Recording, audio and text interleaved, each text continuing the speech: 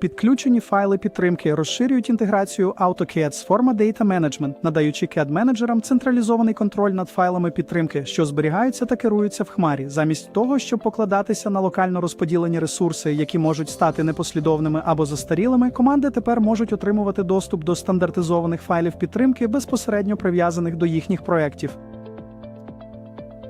Завдяки палітрам інструментів, що враховують проект, та конфігураціям CUI, AutoCAD автоматично завантажує потрібні ресурси щоразу, коли відкривається креслення проекту. Це гарантує, що користувачі завжди працюють з правильними стандартами, інструментами та налаштуваннями без ручного налаштування чи усунення несправностей. Це створює узгодженіше, масштабоване та легко кероване середовище, що підвищує ефективність, зменшує помилки та покращує співпрацю розподілених команд.